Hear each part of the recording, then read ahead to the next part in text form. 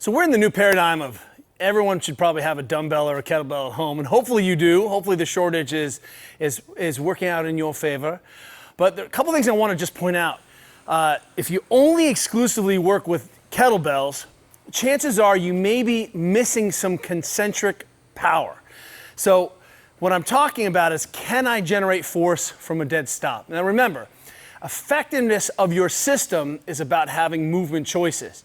And one of the things that we see regularly is that many of our athletes who aren't well coordinated or don't have intramuscular coordination always have to have a counter movement, which means a counter movement means I need to have some eccentric mo so that I can use my springiness to move back up. So I always have to preload a movement. And we often see this when we're working on Olympic lifters. Butt comes up first is one example of, hey, I don't know how to generate force from a dead start, or a dead stop. I don't know how to start from a dead stop. And subsequently, we start to see kind of people needing to build tension before they can pull again, right? And the idea here is, man, I'm a huge fan of kettlebells, obviously, and it's such an easy way to get tons of eccentric loading where I'm basically taking that kettlebell down and being able to drop into and be able to load that hamstring eccentrically. And if we're looking at a lot of our sports programs, sometimes there is a dearth of eccentric loading in the in the hamstring. So what we're seeing is that those athletes aren't getting some of the high rep benefits of eccentric loading. But if I only have kettlebells, sometimes I may be missing the advantages of moving from a dead start. So one of the things that I do with a lot of our kids and a lot of our teams is that we love muscle snatches. Why? Well, that muscle snatch gives me an opportunity to work in these really mid-range positions, right? We teach everything from the hang.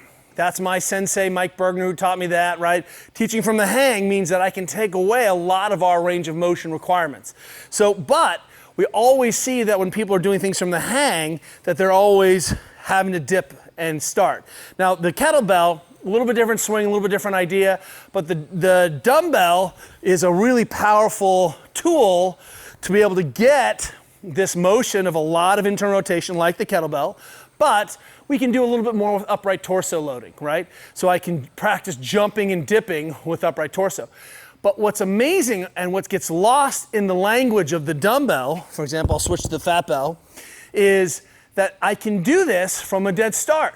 So I can replicate a lot of the dynamic pulls from blocks, pull from the floor with my athletes by having them pause, which teaches them that isometric control, right? Being able to feel what's going on in the feet.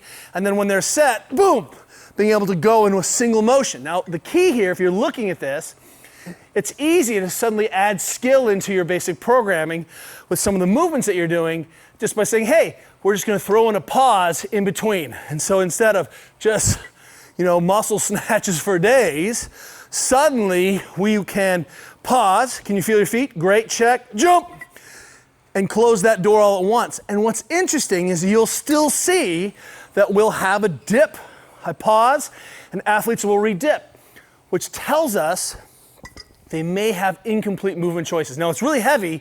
They're not going to be able to get a lot of force, of course. I appreciate that. But you're not just a springy fascial system.